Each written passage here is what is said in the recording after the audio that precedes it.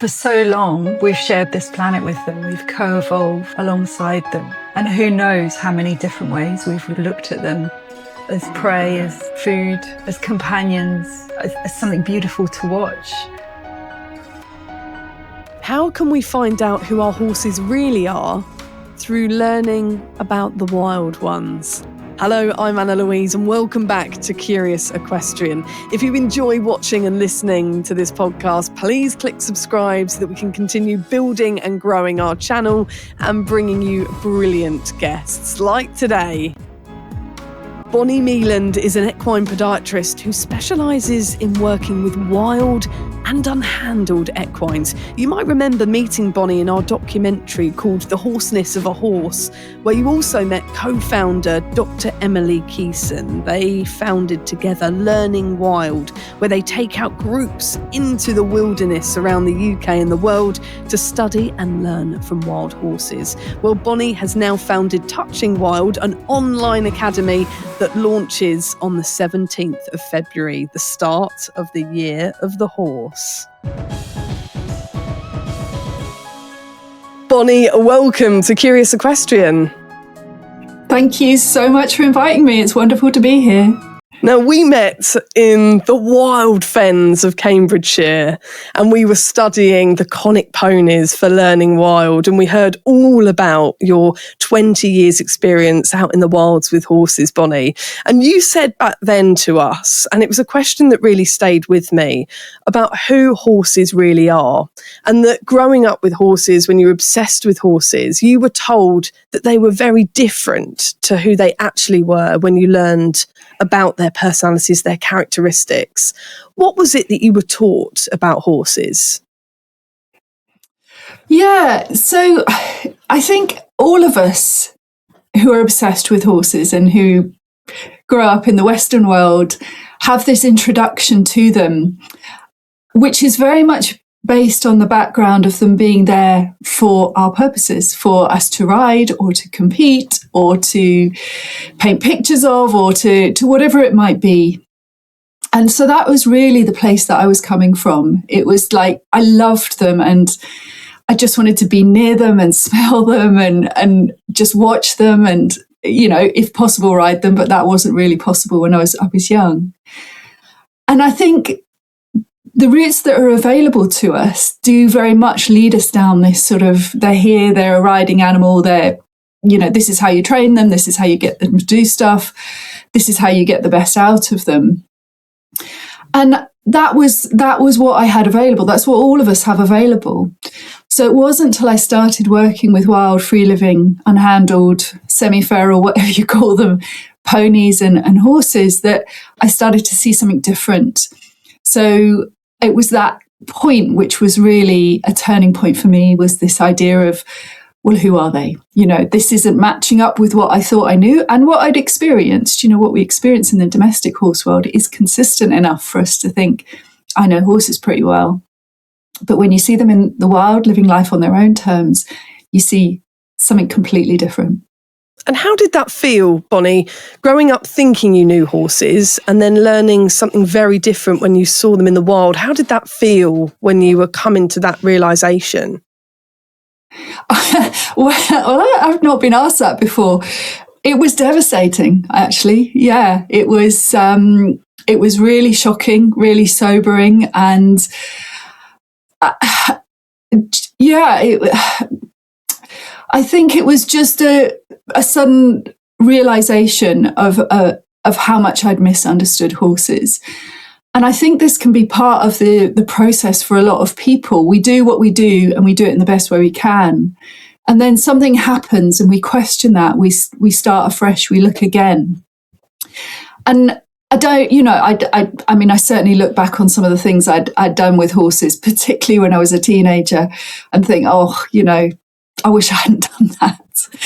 But it is also part of the process. And they're also, you know, it helps us learn and as we're moving forward, we know what not to do as well. So it's not the easiest experience, but it does sometimes a wake-up call like that can really help in terms of just a reality check and a checking in with yourself and thinking, is this the path I want to be on? And that is the whole part of learning, isn't it? Making mistakes, realising our mistakes and owning up to that as well, and taking, accountability for what we might have done with horses and how we might have used them for a certain purpose or job, or what we didn't like in the training, and then move forwards with that better understanding. And if we don't own up to any of that past, then we can't grow. That's the whole point, isn't it? I think it is. And I think that it can be quite easy to get stuck in this area, or this area of guilt, or oh, I'm a bad owner, I wish I hadn't done this, I shouldn't be allowed to be near horses. Certainly that was my own process, but it, like I said, it does offer this opportunity to start again. And when I went through that, I was like, okay, at that time I had a mare who had been trained for dressage, Grand Prix dressage, and she's wonderful. She's still around. She's wonderful. But she'd had some physical injuries. She'd had some saddle fit issues. And, she wasn't delighted about having saddles on her back or being ridden.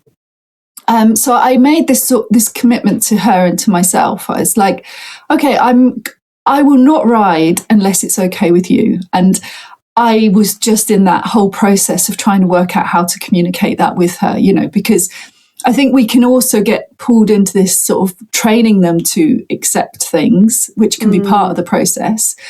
But if we're trying to build up an actual back and forth of communication, how do we do that? We don't have a lot in the horse world that encourages us to do that. Most of what we have is about training them. So I made that commitment. Okay, I'm not going to ride you unless you're okay with it. And the outcome of that was that I didn't ride for 2 years. Because every time I sort of approached with a saddle or did something to indicate that I wanted to ride, she very clearly physically removed herself. Like, no, that's not going to happen. But because I'd had such a sort of a shock, I was like, okay, I want to start again, and I want to rebuild this in a way that is led by the horses themselves. I'm going to explore this and I'm going to stick with it. And then one time I was out in a hill field, actually, with my niece. And she was riding a small pony and I was leading with Anya. And there was this rock there and I was like, oh my God, I'd love to get on your back, and just sort of stood up on the rock. She moved herself next to me. Like, she couldn't have been more helpful because she's massive. She's like 17 hands. And I got up and just in a head collar and had one of the best rides of my life. It was, it made me think this is worth sticking with. This is this opportunity to rebuild something in a different way. So I think when you get drawn to the more relational side of interacting with horses, this is where the value comes. It's not so much about the competing or the riding or the doing. It's about the quality of it, the quality of the interactions between you. And that can be, in a head collar and a hillside, or it can be in a dressage arena, or it can be whatever it might be, but it's a different thing, a different experience. And how did wild horses come to find you, Bonny? Well, I started working. So my background is with trimming. I trained as an equine podiatrist, qualified in 2005.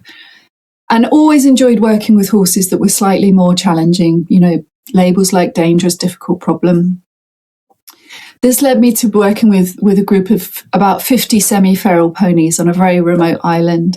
And this is where I really had this experience of, I don't know anything about horses.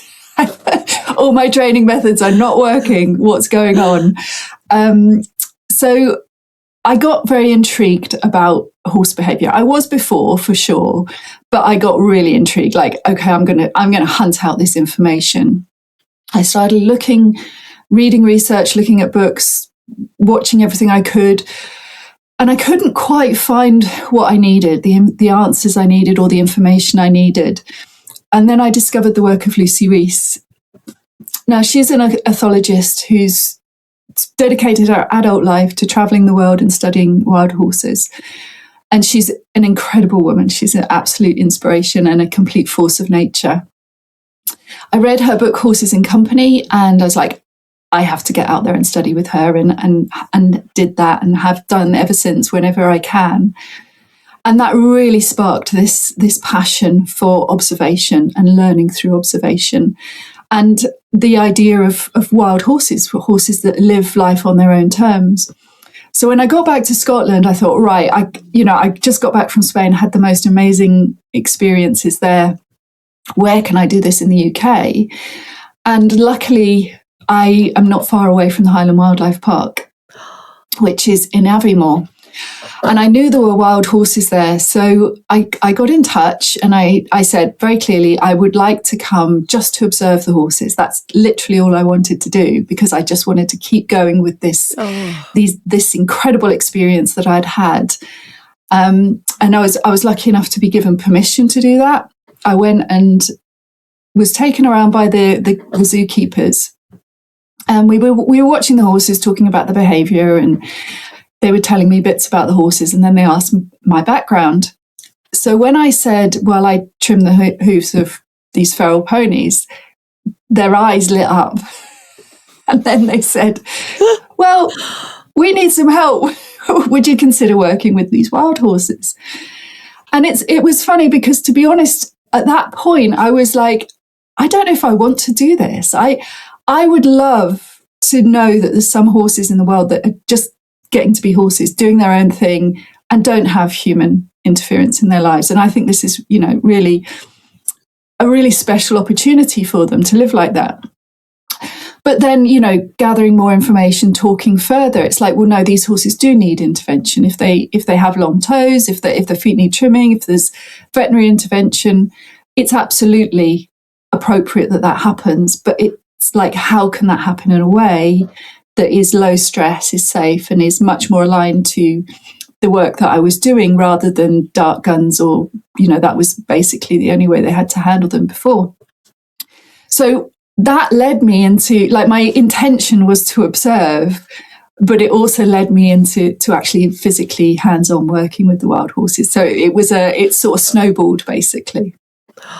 And if you want to find out more about Bonny's work with the wild horses, don't forget to go back, and we'll link it below, to the documentary we made out in the Cambridgeshire Fens with the wild conic ponies, where we talked to Bonny out in the wilderness, out in the landscape, all about how she got up close and personal with the wild ponies and the wild horses, how she works with them, because you can't imagine that you'd be able to get within 2 feet of a wild horse to get near their hooves, let alone actually trim them. So we delve into that in the documentary, which I urge you to watch after we finish with Bonny here today. But Bonny, very excitingly, you've launched an online academy all about what we can learn about our horses through finding out about that inner wild horse within them. What inspired you to start up an academy? It was really because people kept asking me consistent questions. It was partly my own learning experience, like the frustration of not being able to find the good information, the research. Having been through the process and journey myself, and obviously gathered so much, and being a student myself as well, I'm doing my master's in equine science at the Dick Vet at the moment. And so I had a very personal experience of being a student, and knew what worked and what didn't. And wanting to share the information that I found useful. It's like, why reinvent the wheel? Why? And a lot of, almost everything that I do is collaborative. I work with a lot of different people in a lot of different places, a lot of organisations, charities, and wider conservation organisations, because I really strongly believe in collaboration and sharing and connectivity. It's like, if there's a good piece of information, I want to share it with people. Like, if it's going to help horses, that's why I do what I do, why many of us do what we do, because we love horses and we want to help them and put the best information out there in the world. So how to make that accessible to people? It's a funny thing in the horse world. We've got these tried and tested methods or different areas that we're looking at, that we're developing more techniques or methods to work with them. But what comes underneath that? Who are horses themselves? Because to me, that's the missing part of the puzzle, and that's the piece that helped me enormously.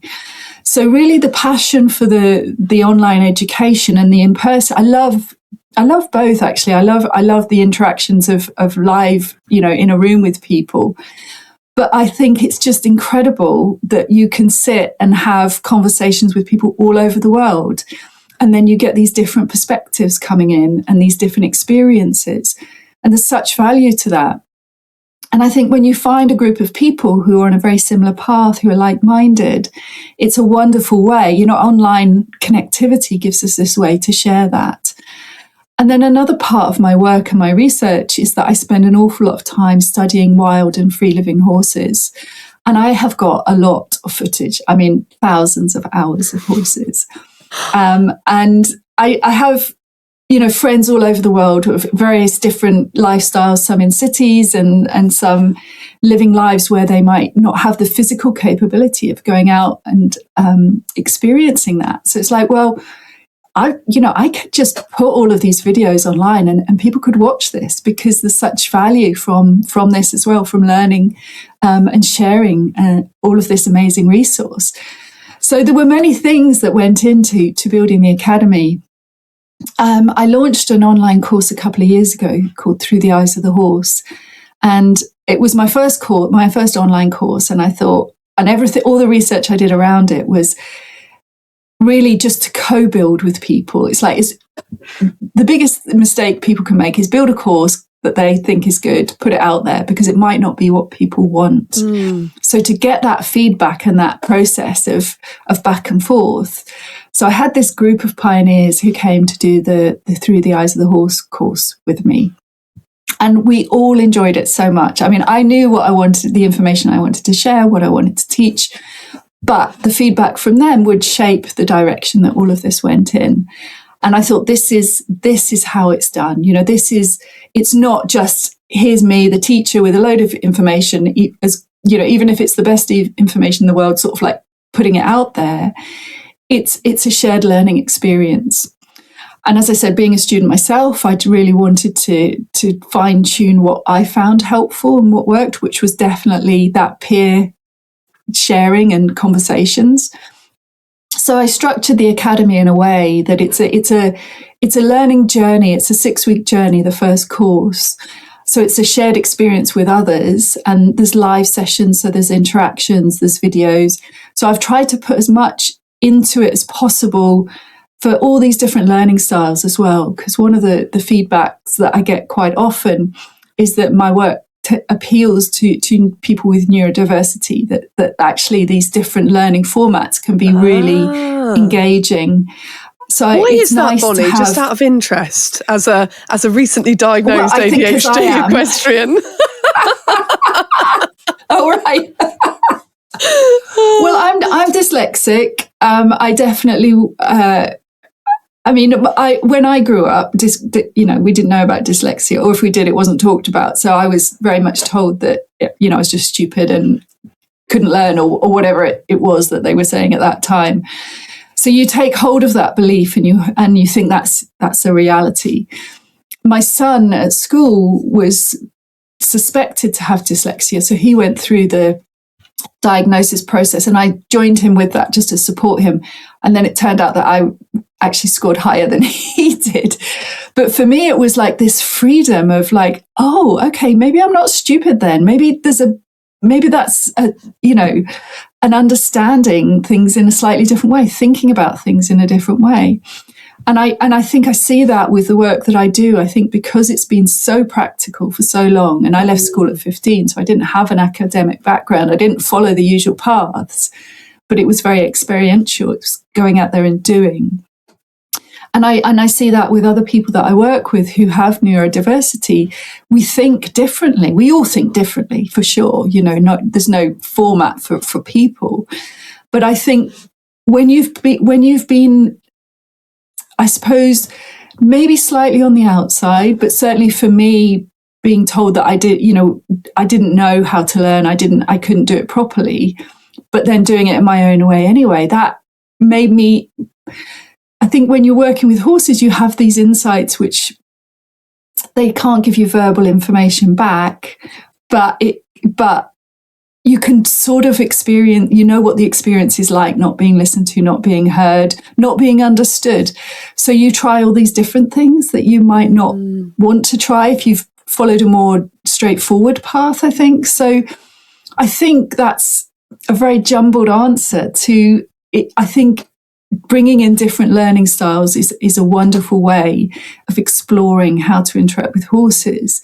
And I think balancing creativity with structure is the most powerful way I know of doing anything. I think if you're too far in the science and the rigidity of that, then you don't see the nuance and the picture, the colours and the beauty of stuff.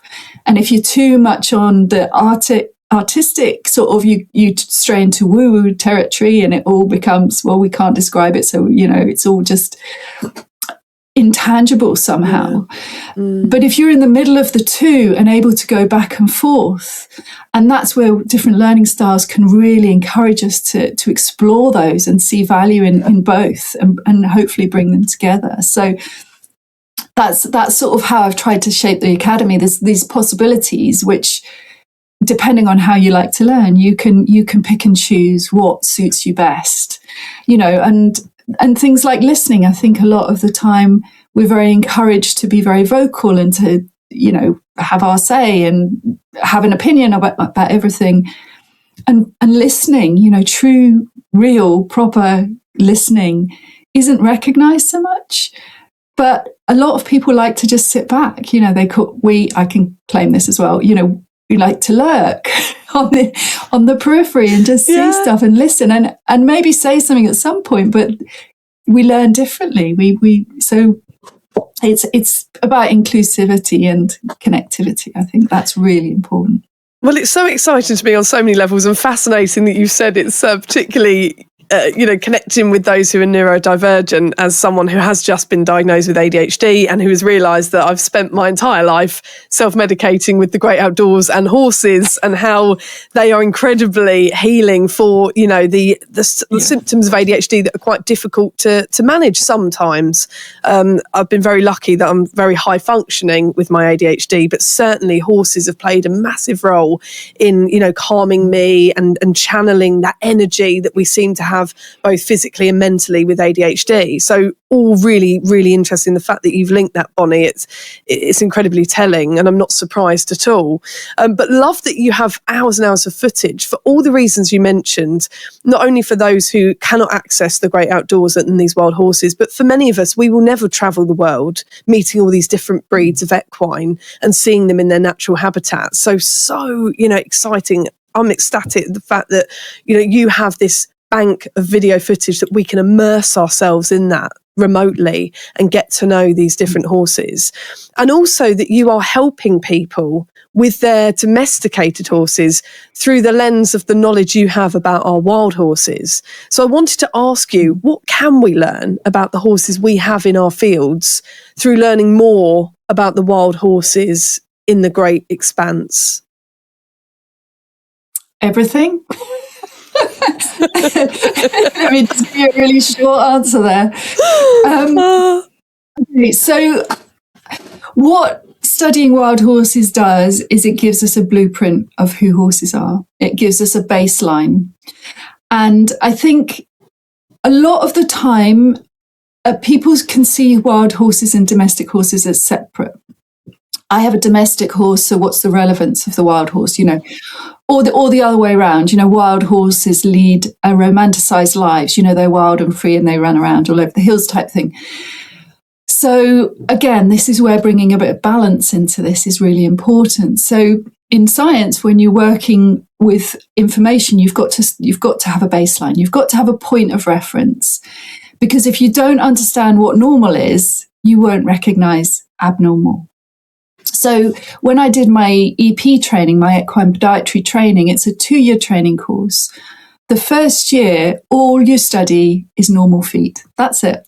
Like, you get it into your head, into your experience, what normal feet look like, what well-functioning feet look like. And then in the second year, you move into pathology. So it's like you've got that baseline of understanding what's normal. So you've got something to compare against. So we don't have that in the horse world. We have our baseline of normal, which is domestic horses. And we see things a lot. We see certain behaviors, aggressions around food, or aggressions between horses, or separation anxiety, or, many of the things we see in domestication, we see it a lot. So that becomes our normal, that becomes our baseline. But when you study wild and free living horses, you see something very different. So for me, having that understanding that something, so let's talk a little bit about separation anxiety. I thought that there was this sort of connection between horses, this pair bonding. Of course, we know they're social creatures. They live in herds. They choose to live in groups. So it's important to have a companion. And yeah, it would make sense then if that companion was taken away, that horse would get distressed or anxious about that. In the wild, you don't see that. You see horses that are related, have lived their whole lives together, who can be separated, and they don't really bat an eyelid. It's not, they choose to be together, but they don't lose their minds when they're separated. So that understanding for me was actually when a horse is really secure in their physical and emotional being through the expression of the life that they live, they have the confidence. It's like us having a stable home life. We go out in the world and we experience really difficult things, but if we've got a safety to come back to, that is really powerful for us. So in the horse world, we know that it's normalized to do very early and abrupt weaning for horses, which then has this knock-on effect of creating this anxiety that the most important being in your life, your mother, will disappear and never come back. You'll never see them again. And to think how unstabilizing or destabilizing that is for any creature, it's no wonder that then we take these domestic horses and we put them with others, and they form a relationship, they form a bond, because that's who they are. They're social creatures and they look for connection. And then if that horse goes out of sight, goes around the corner in the stable, that horse thinks they're never going to see them again. And it is a trauma response. It's a life and death situation like that. It's not just a conscious, I don't want them to leave. It's if they go, I will never see them again. So having that understanding and also experience of seeing the stability, like the mental stability of wild horses, they're so good at coping with just about anything. They're so in tune with themselves. They're so secure emotionally. That if that's your baseline, when you then think about how we apply and make decisions for our domestic horses, it starts to get a lot more straightforward. We've got our template we can follow. We've got our blueprint we can follow. And then we can get closer to that. So if we're thinking about weaning, okay, let's do that slowly and over time. And let's make sure that the horse that they're with has is a strong part of their life. That it's not just a companion for a period of time, but actually they get to stay together. So I think that, like I said, the wild can be romanticized, and people in the domestic world can look at it and think, well, I don't have the space. I can't let my horse run free. I've got all these restraints, constrictions around my life. I want to ride my horse. I want to do this. So it's not relevant to me. But it's really not about that. It's about having a blueprint, a baseline, a clear understanding of normal as a comparison, but also as a place to look for answers. Because again, we're given all of these 10 steps to train your horse. Here's a problem horse. Here's how to fix the problem. But we're using methods and techniques. We're not looking at who they are and then taking a step back and thinking, how can I shape everything around this horse? This horse has a problem with this situation or a challenge or something's not quite right. How can I look at the context around that, understand where the behavior is coming from, where this is originated on a sort of a genetic level, on a species level, and then come together with a tailor-made plan for that horse, that person, that situation and that problem. It's not as generic as training has its place, of course it does, and it's very good. Good training done well is absolutely important in the horse world, but it's a part of a bigger picture. And I think we get just stuck in that one place rather than looking at everything that surrounds that. And I love that you describe getting to know your horse and our horses as delving into their wild side. Who are they? Who were they thousands of years ago? And you talk about the fact that horses have been domesticated for 6,000 years. What influence do you think, Bonny, we might have had on horses over that time? I think the strongest influence that I know of is the amenable temperaments of domestic horses. So just maybe for a bit of clarity around the words that I'm using and the terms that I'm using. Wild horses, the only truly wild horse left in the world is the Takhi, the Equus Przewalski, the Mongolian wild horse. Now, they're genetically different. They have different chromosomes. So they're Equus Przewalski, and Equus Caballus is the domestic horse. So all wild living horses across the world, wild classed as wild populations, are actually feral. So they're descended from domestic horses who have either escaped or have been turned loose. So they still have that lineage, whereas the Takhi don't have that. They've survived because they're good at surviving in the wild. They haven't been domesticated. They're finding out more and more as they find old bones and look at the genetics, and there's some speculation that they might have been, well, they think that the where they're finding their bones, that actually they were there to be eaten, so they weren't domesticated as was thought a couple of years ago, but actually they were food for the people then. Wow. But regardless, my experience of working with domestic horses, feral horses, free living horses, and wild horses, I can say there's a very clear difference, and that difference is their trainability, is their amenability. And I always say, even the most dangerous, difficult problem domestic horse I've ever worked with is not a patch on a Takhi. They're very different. It's like when they say no, they mean it. It's not no, and then I can train them to do it. It's like, no, I'm not going to do that. So it's very refreshing. And another thing I say a lot is that I think all of us in the domestic horse world should spend a bit of time with a Takhi, because then we'll appreciate our domestic horses so much more. And, sometimes I'll go and it'll be like, okay, I need to trim the feet. And it's like a no from the horse. And it's like, okay, all right, well, I'll come back another day and let's try it again. It's definitely much more of a partnership than okay, this is going to happen. In an emergency situation, that would change. So I suppose when I have thought a lot about this, and I think even though we breed for fads and fashion, so height and colour, the primary thing that we have to have bred for has been trainability. I know in Iceland they eat horses there. So if there's a horse that's particularly difficult to handle, then that horse is probably going to get taken out of the genetic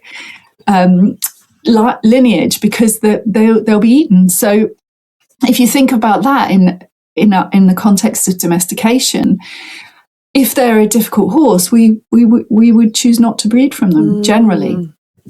So that has come out, that we have these wonderfully adaptable, amenable. I mean, on a species level, they're adaptable, but also by nature, they fit in with us. They let us do all these things. I mean, it always blows my mind when I see the horses having their teeth done, and obviously good dentists do it really well, but still it's not a very nice experience. Or the police horses, that they'll actually go into these incredibly noisy and busy places. So it's that willingness to fit into what we ask them that is the primary thing. And like I say, the Takhi, it's another thing. They're certainly trainable for sure. They had a reputation as not trainable, but of course they are. I think when you read the historical records about them being dangerous or whatever, that tells you more about the people, how the people were handling them rather than the horses themselves. And of course, you talk about horses been domesticated for 6,000 years and how horses have changed during that time. But of course, us as people and humans have changed and evolved during that time as well. And you mentioned that back in the day, if I can say that, we were fascinated with horses, so fascinated that we would, etch them and sketch them into the cave paintings that we see, or that we see now, and look back on the cave walls. Absolutely beautiful. But you also mentioned, Bonny, that we've lost in modern society that utter fascination with horses. Why do you think that is? So over that period of time, why do you think we've almost dropped horses in terms of just being awe-inspired by them?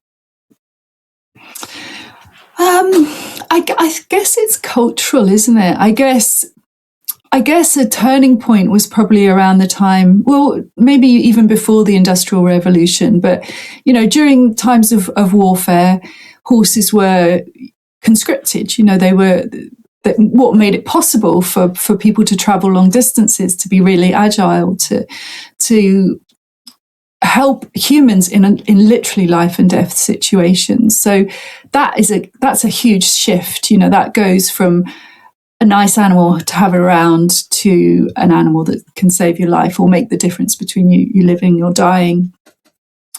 And then I think around the time of the Industrial Revolution as well, we had, human life wasn't valued.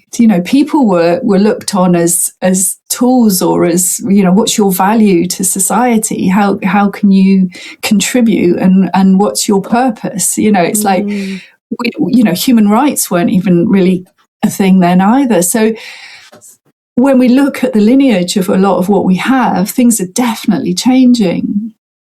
But to start with the questions that were being asked were really about how can, if we're looking at warfare, for example, how can we get these horses to do what we want in the shortest amount of time possible? And there's no consideration, there's no finesse. And when you look at the sort of philosophy that was around those times as well, like Descartes talking about animals as autonomons, like having no feelings, just like it was just responses that you were seeing. There was no emotion or no being, no sentience behind that. So we've inherited a lot of baggage from that.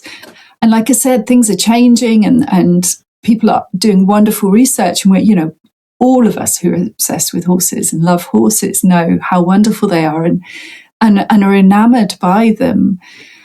But again, I think because of this background, we see them through what can they do for us? How they're there for us in some way, which might be, even if we're looking at them, we're getting something from that. Whereas it can be both. It can be that we are learning from them. We get this opportunity to see them and to study them and observe them. But we're also learning about them so we can support them. We can get the nuggets of information from what we learn, and we can apply that into the domestic horse life. So I think it's a recalibration and a rebalance, and a process that many of us are in at this time. And also when you're working with horses, you soon start to meet the damaged ones, either physically or mentally. So you can start to see that, okay, well, what we're doing isn't going too well for them. Let's have a look at that. Let's find new ways. I ride, and, how can we do that well? How can we do that in a way that gives longevity and strength to their body rather than depletes them? So I think it's often about asking the right questions and being brave and curious and exploring different avenues and looking at them in different ways and reconnecting with that opportunity of just sitting and having your breath taken away by horses. And you very powerfully say, Bonny, that we are getting it wrong when we are trying to identify the problems that our horses are facing and the issues behind the behavioural problems that we're seeing, physical problems that we're seeing, perhaps in the training or in the field or in the yard. Why and how are we getting it wrong, and what do we need to do about it? Yeah, I know that's a bit of a big, broad, sweeping statement. We love a big statement, and then we love to break it down, because when you said, Bonny, we're getting it wrong, that's it. You've got my attention. I want to know why you think we're all getting it wrong in this modern society. Yeah, well, I suppose there's two parts to that. There's more than two parts, but for me, there's my own personal experience working as an EP, working with feet. Obviously, I'm obsessed with feet as well as behaviour. And when I sort of naively first went out trimming feet, it was like, okay, I know good feet, I know healthy feet, I know what to do, I can shape them, I can support dietary changes and boots or whatever it might be. And then after a while, it was like, oh, hang on, everything, this owner is doing everything right. Like everything is as it should be, and there's still problems. So when I had this realization that actually what I was seeing in feet was symptoms or like the manifestations of something else going on for the horse, either physically or behaviorally. Sometimes you'd see the result of that in the feet, something like a very pronounced stress rings or something. This is all information. The feet tell you an awful lot. They're a barometer of the health of the horse. So it's just about information gathering. So, and having my own horses as well, again, sort of slightly naively, okay, I can help all horses. I know how to fix feet, and I'm going to take horses with problem feet and I'm going to turn them around and put them out in the world because I'll do everything right. And then realizing actually, even when I did everything right, it wasn't working, that these horses had physical, musculoskeletal problems or whatever. And then also working in lots of different places, seeing how common that was, seeing it wasn't just my own horses, but it was other people's I was working with, these sort of, the work of Sue Dyson, her work into musculoskeletal pain, the ridden horse pain ethogram. There's so much information research that's pointing us towards the fact that horses are struggling. There was a study commissioned and published in 2018 called Horses in Our Hands. It was the World Horse Welfare and University of Bristol, and they spent 4 years looking across the UK at what's going on for horses. What's the biggest welfare challenges for domestic horses in the UK, and they spoke to everyone they could think of. As far as I can see, it's like farriers and vets and owners and riding schools and knackermen and EPs, everyone who has anything to do with horses. Gather this information and let's have a look at this. And then they published the results of this. So the top 3 welfare challenges of the UK's equines are: number 1, unresolved stress and pain; number 2, inappropriate nutrition; and number 3, inappropriate stabling and turnout. And that's not the only study that's showing this stuff, but that is, to me, the basics. We don't see stress, but we don't see pain. Oh my goodness, that's the number 1 problem for horses, is that we don't see this stuff. And then we're not feeding them in a species appropriate way, and we're not giving them living environments that are suited for their species. So it was my own experience, but it's also the research. So there's a lot, and it's, again, not to be shaming people. We're doing, all of us are doing the best that we can with what we have. But if our information, comes from horses need to live in isolation in small spaces, does that align with their species needs? Does that align with how they've evolved? If we look at wild horses, that very clearly tells us how they need to live. And again, it's not about they have hundreds of thousands of acres to roam in. It's about how they get to express their lives. It's the cognitive stimulation. It's the physical movement. It's the social interactions. So when I say, we're clearly getting it wrong, it's because time and again, I've been seeing that. Time and again, I'm dealing with horses with physical or behavioural or both problems. And there's no studies I can find, but if we could look at the percentage of horses that fall through the cracks, the ones who get passed from pillar to post, the ones who end up in dealers' yards or markets, it's high. It's really high. So,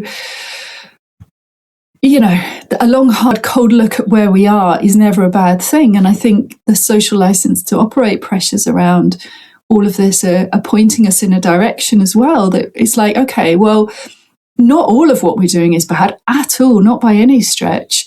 But as a general rule, there's a lot of consistencies in what's not working for horses. So if we can't see pain in them, well, let's look at what pain looks like. But even better than that, let's look at what happiness looks like. Let's look at what friendship looks like.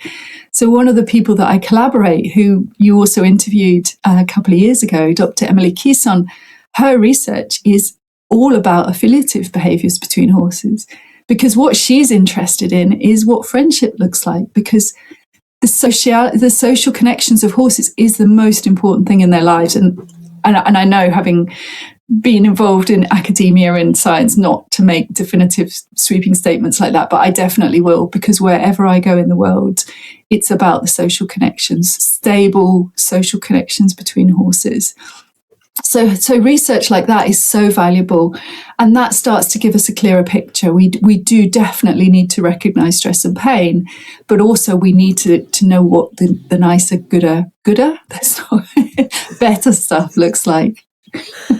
And actually, the one thing that really struck me there as you were speaking, Bonny, that I haven't necessarily thought about, is for the horses who don't end up in a forever home, in inverted commas, and who are passed from home to home if they're outgrown by children or teenagers or even adults, and they're passed from pillar to post. Not only are they losing that human family that they've grown to love and to know, but they're losing the horses that they're turned out with, whether it's the owner's horses or whether it's at a livery yard, if they're moved from stables to yard, which is a really unnerving experience, I imagine, for a horse that is built to be in a herd, in a social herd, with all these relationships that they're growing. Yeah.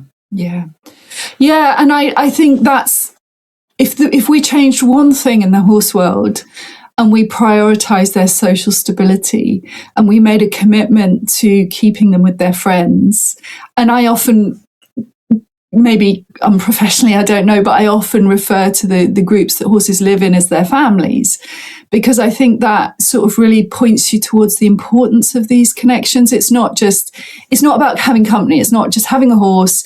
Okay, I'll get another horse, so that's company, tick, I've done the right thing. It's about that friendship between those individuals, because I'm sure we've all experienced it. You get a companion and then they don't like each other. Yeah. It doesn't work out. No. They're like us. They're individuals. Yeah, just as if we went to the pub, we're not going to make friends with the first person we see at the bar, are we? We pick our friends and choose our friends. Exactly. So space sharing is a very big indicator of friendship between horses, and this comes from Emily's research. So she calls sort of like close contact or close space sharing as within kicking or biting distance, but not kicking or biting. And so a lot of the social connections, the strong social connections and friendships that I see with horses, free living populations or wild populations, they're like this. They sleep together. I don't know if you can see that, but they're close. Their proximity is close enough so that they can almost share breath. But they're not touching. They're not actually that interactive physically with each other. There's mutual grooming, but the bigger part of that is a synchronized space sharing. So grazing together, moving together, resting together. And I think if we could provide that social stability to a horse, so that horse gets to live with their friend for the rest of their lives. And again, not this sort of pathological pair bonded situation. Sometimes they do need that, and sometimes we're dealing with that and trying to support them through that. But if it was a normal thing that horses moved together in pairs, you didn't just pluck an individual out of a stable home and pop them somewhere that made no sense to them. They didn't know anyone. They'd never lived in a livery yard, for example, or they'd never lived in an open field. But think more about their experience of what's happening to them. And this is where things like the 5 domains, or maybe only the 5 domains, come in, which is just the most wonderful tool that we have, I think, in the horse world. And there's a fantastic online course developed by Christina Wilkins, who's one of the co-authors of the 5 domains paper, the 2020 paper, which I think all of us as horse owners should do. I think it should be a standard thing, because it's a way of assessing the welfare. And I think sometimes we think about welfare as a negative thing. If there's if we're looking at welfare, it's because there's a problem. So Lucy often talks about how in Spanish there's two words for, well, there's welfare, there's malfare, which is like purposeful cruelty, and then there's welfare, which is I suppose the closest we'd have would be well-being. And the 5 domains is obviously very all-encompassing and a great way of assessing welfare and how the horses' lives are looking. But the primary question that it comes back to, whatever you're looking at, whether it's companionship, physical interactions, nutrition, environment, all of it comes back to the horse's experience of this. So it's not about, I've provided water for the horse, I've provided food for the horse, I've provided companionship for the horse.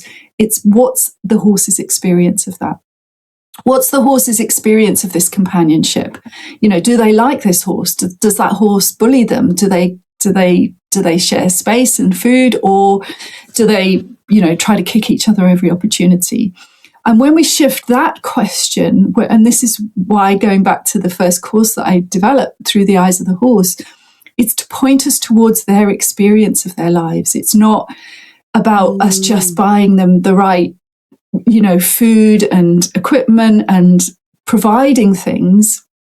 It's finding ways of asking them, how is it for you? What's your experience of this? Are you enjoying this or not? And then again, you're back into this relational world which is just the best place to be, really.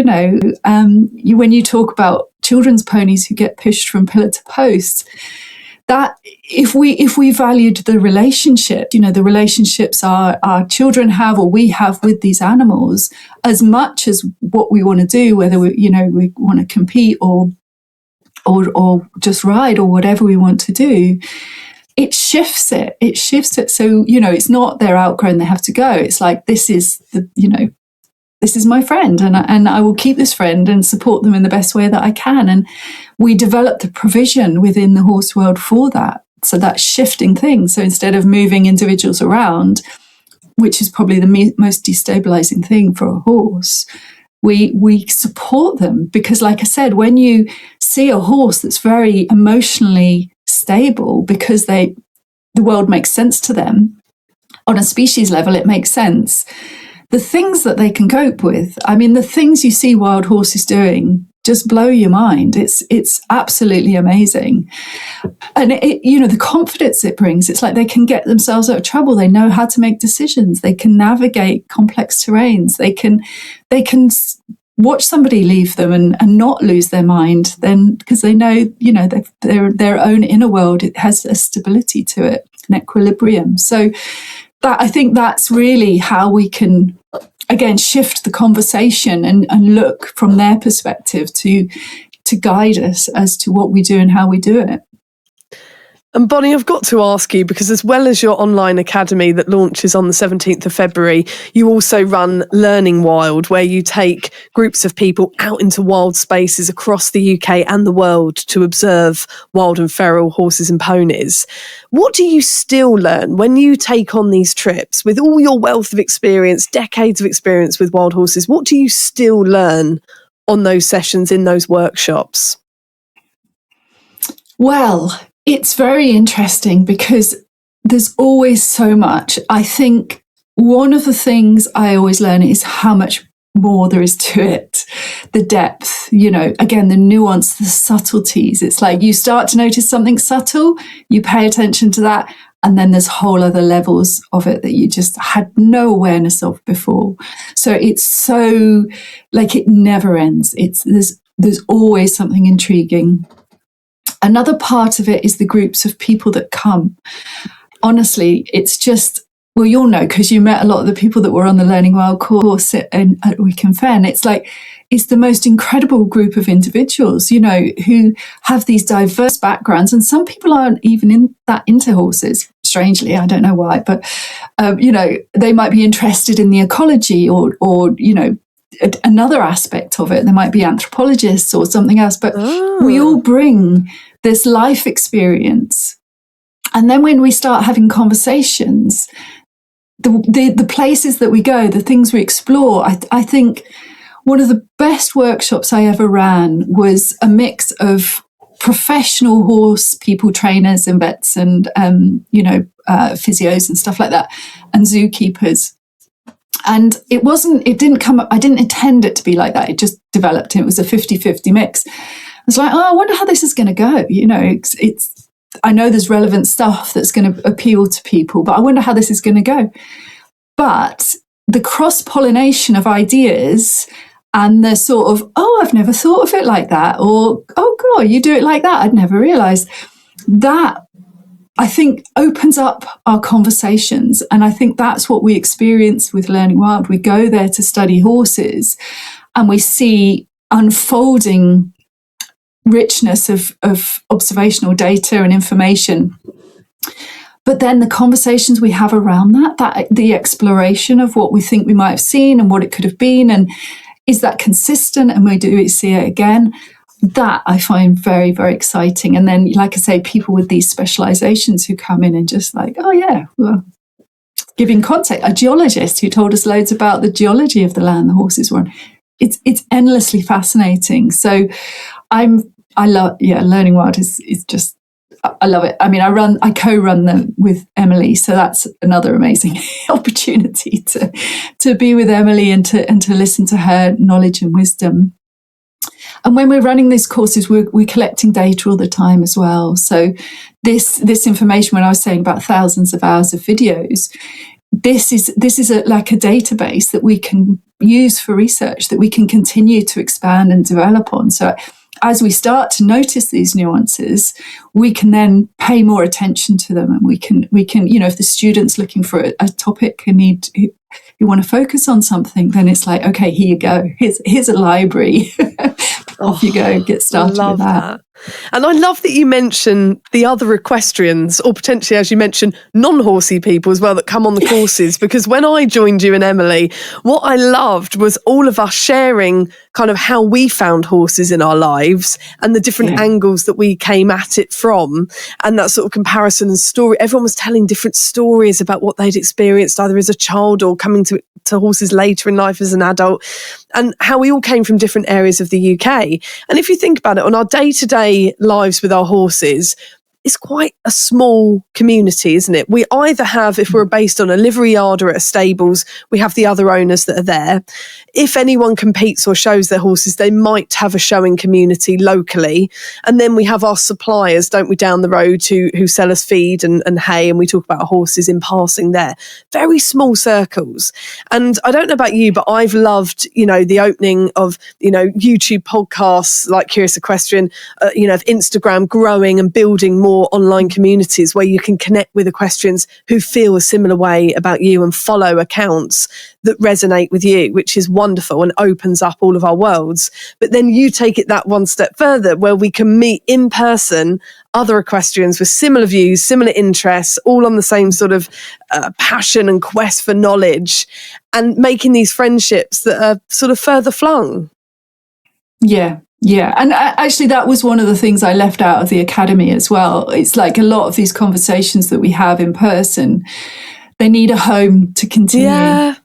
And the academy gives that continuing conversations, because once you have that shared experience and you find your tribe, you find like-minded people who are completely happy to talk endlessly about horses, you want to keep that going. You want to keep sharing, oh, look, I found this amazing book, or there's this fantastic film, or, there's this podcast, Curious Equestrian, come listen, there's some great stuff. It's you want to share that with people that are going to really get a lot out of it and value it as well. So I think keeping those conversations going and again, that connectivity across the world, it's we don't all need to be in our little isolated places feeling a bit despondent. We can come together in a way that we can be helping horses, and we can be having these bigger, more meaningful conversations and starting to experiment and to share that journey with other people as well, who are going to get it, who are on a similar path to you. Bonny, what is the one thing that you wish all equestrians knew about wild horses? I think it's the thing that I've been talking the most about, and that's the importance of social relationships between horses. I think it's it's so amazing to watch them together. It's so incredible to see how solid their relationships are and how much effort goes into building and maintaining them. So it's really what their whole lives are about. It's how to interact with others, how to get on with others. The feeling of harmony, peaceful harmony that you get when you're around these groups is just incredible. The awareness of each other, they're so attuned to each other. The subtleness of the body language, the realization that there's communication happening all the time, but the priority for all of them is this social connection, as it is for us. And I think maybe this is one of the reasons that we're so drawn to them, and them to us as well, because it just really makes sense to the importance of social relationships. So above all else, just, prioritize your horse's friendships. And you obviously can be part of that and one of their friendships, but recognizing how important social stability is for them.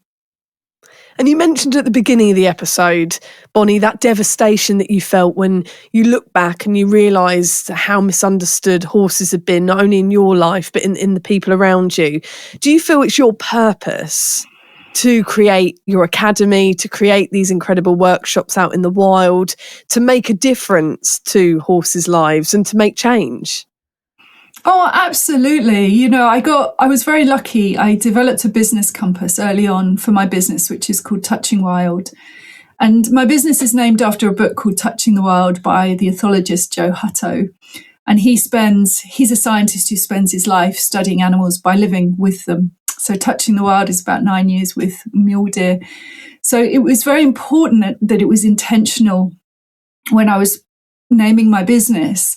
And then when I thought about what's important, of course, the guiding North Star is to help horses to genuinely make a difference in their lives. And how can we do that? We can work with individual horses and groups of horses, and that is really powerful and really important. But the way that we make a real difference is by helping and supporting the owners, the caretakers, the professionals, the people who are around them. And I think when you've discovered something, you want to share it with others.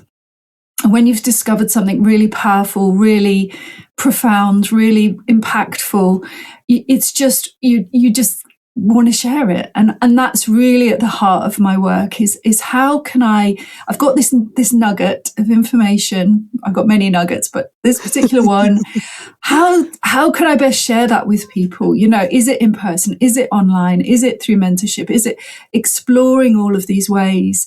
But ultimately, just so it provides the information and probably structure as well that people need so that they can work out how to help their horses. And I think, in the horse world, we're quite indoctrinated into a guru culture, into a go to the expert who'll tell you what to do, go to a clinic, go to this person who gives you the sort of textbook or, process of what to do and how to do it, and sending our horses away to get sorted, trained, started, problems fixed. Again, there's some great people doing some great stuff, and it's not to say that we shouldn't be doing that. But I think there's a missing step before that again, like we're missing our baseline. We're also missing this confidence in our own abilities, the knowledge that we know, most of us know our animals better than anyone else, and learning how to advocate for them, I think is really important. I think it's very easy to get swept along by somebody who sounds very confident, who sounds like they've got all the answers and they can tell you what to do. There's a real draw to that. But what really helps horses is people who stick up for them, who know them, who care for them, and have the knowledge and the language to talk about this. Because certainly when you talk to some people, they can be a bit offhand. Oh, well, that's not important. They're fine. Look at them. They're doing all right. So it's really about sharing, like the horses in our hands study. That's one example. Just like, okay, well, no, actually, things aren't okay at the moment. And here's some evidence to show that. And let's talk about that. So, again, not just shutting conversations down, but empowering the people who make the real difference in horses' lives. And that's, myself included, grassroots horse owners and carers. And Bonny, for those who want to find out more about Touching Wild and Learning Wild, how can they find you and your amazing online academy and in-person workshops? It's very easy. Just Google Touching Wild Academy or Touching Wild. All of the links to the Academy, Learning Wild will come under that, and I'll share the links for you to share as well. And you're going to come behind the scenes. So if you're listening or watching and you haven't joined as a member, we always bring our guests behind the scenes at Curious Equestrian into the green room where they answer your Q&A quickfire questions. So please do join us to keep supporting the channel. Come behind the scenes and find out more about our guests. We're going to be hearing all about Bonny's adventures out in the wilds. Thank you, Bonny, so much for coming here on Curious Equestrian. Thank you so much, and thank you for your lovely questions and wonderful enthusiasm.